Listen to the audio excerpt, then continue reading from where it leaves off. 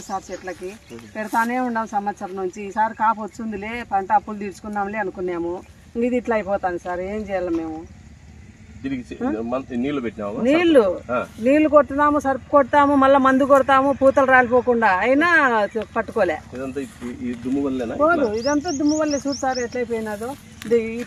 ఈ కాయ సైజులు, ఈ పిందెలు ఇట్లాంటివి అన్ని రాలిపోయినాయి. చెట్ల నిండా కాయలు ఉండాలి ఇప్పుడు, కానీ ఒక కాయ లేవు, అన్ని రాలిపోయినాయి మొత్తం. అవి అన్ని ఏరుకొని 2000 వస్తుంది. పిందెలోనే రాలిపోతున్నాయి, పిందెలు రాలిపోతున్నాయి. అట్లా రాకూడదు సార్, అట్లా ప్రతి ఒక్క చెట్లు రాలిపెట్టిన దీనిపైన, అది కూడా ₹1 రాలే. ఇట్లే పూతలు అట్లే ఇడిచిపెట్టేసినాక మొత్తం 5 ఎకరాలు లాస్ నాకు ఇప్పుడు. రండి సార్, ఇస్తాడుగా ఎవరు కొన్నారు? బొబ్బరు వచ్చింది కాయ, దుమ్మంతా పట్టకపోయింది. ఇట్లా చూడు ఎట్లా, ఎవరు కొంటారు? ఎవరు కొన్నారు?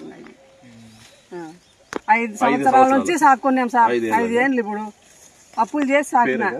లచ్చిందేవి సార్, బొజ్జా లచ్చిందేవి.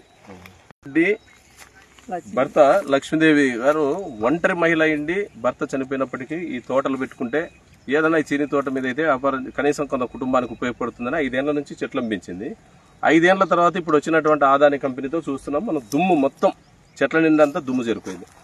ఈ చెట్ల దుమ్ము పోగొట్టుకోవడానికి సర్పు కొడితే పోతుందని ఎవరో చెప్తే, సర్పు కొట్టడానికి ఇప్పటికే 4-5 సార్లు సర్పు కొట్టించి, చెట్లకు సర్పు కొట్టడం, ఎక్కడైనా బట్టలు తుక్కోవడానికి సర్పుతో చేయడంగా చూసినాము. చెట్లకు సర్పు కొట్టాల్సిన కర్మ మన జిల్లాలో ఈ ప్రాంతంలో ఉంది.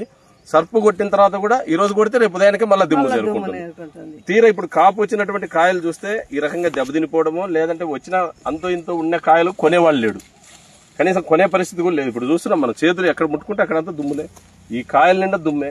ఎవరు దీన్ని కొనే పరిస్థితి లేదు. బయట మార్కెట్లో 45 నుంచి 50 వేలు టన్ను ఉంది. ఓ పక్కనేమో ధర బాగుందనుకుంటే పండిన పంటకేమో కొనేవాళ్ళు లేని పరిస్థితి. కాబట్టి ఇంత పెద్ద ఎత్తున రైతులు నష్టపోతున్నారు. కాబట్టి ఆదాని కంపెనీతో అధికారులు వెంటనే చర్చలు జరిపి పంటకు నష్టమే కాదు, మొత్తం ఈ చెట్లు పెట్టిన పెట్టుబడి ఖర్చు, తర్వాత ఇంక బతకడానికి కనీసం 20 ఏళ్ళు చెట్టు గ్యారెంటీగా బతికించుకోవచ్చు. 20 ఏళ్ళు పెట్టుబడి ఖర్చు ఎంత, వచ్చే ఆదాయం ఎంత, అన్నింటినీ లెక్కేసి ప్రభుత్వం ప్రతి సంవత్సరం నష్టపరిహారం ఇస్తే తప్ప రైతులు బతికే పరిస్థితి లేదంటే రైతులకు వేరే మార్గం లేదని చెప్పేసి వాళ్ళే ఆందోళన పడుతున్నారు. మాకు ఇంకా చావు తప్ప ఇంకో పరిష్కారం లేదని. చావు ద్వారా ఈ పరిష్కారం జరగదు. ప్రభుత్వం కదలాలా, రైతులకు అండగా నిలుస్తుందా? లేదు, రైతులు నిలవకపోతే రైతులే ఆందోళనకు సిద్ధపడిపోయి ప్రభుత్వాన్ని సాధించుకోవడానికి సిద్ధపడాల్సి వస్తుంది. కాబట్టి లక్ష్మీదేవి గారి కుటుంబాన్ని ఆదుకోవడానికి ప్రభుత్వం వెంటనే చర్యలు తీసుకోవాలని చెప్పేసి మేము డిమాండ్ చేస్తున్నాం.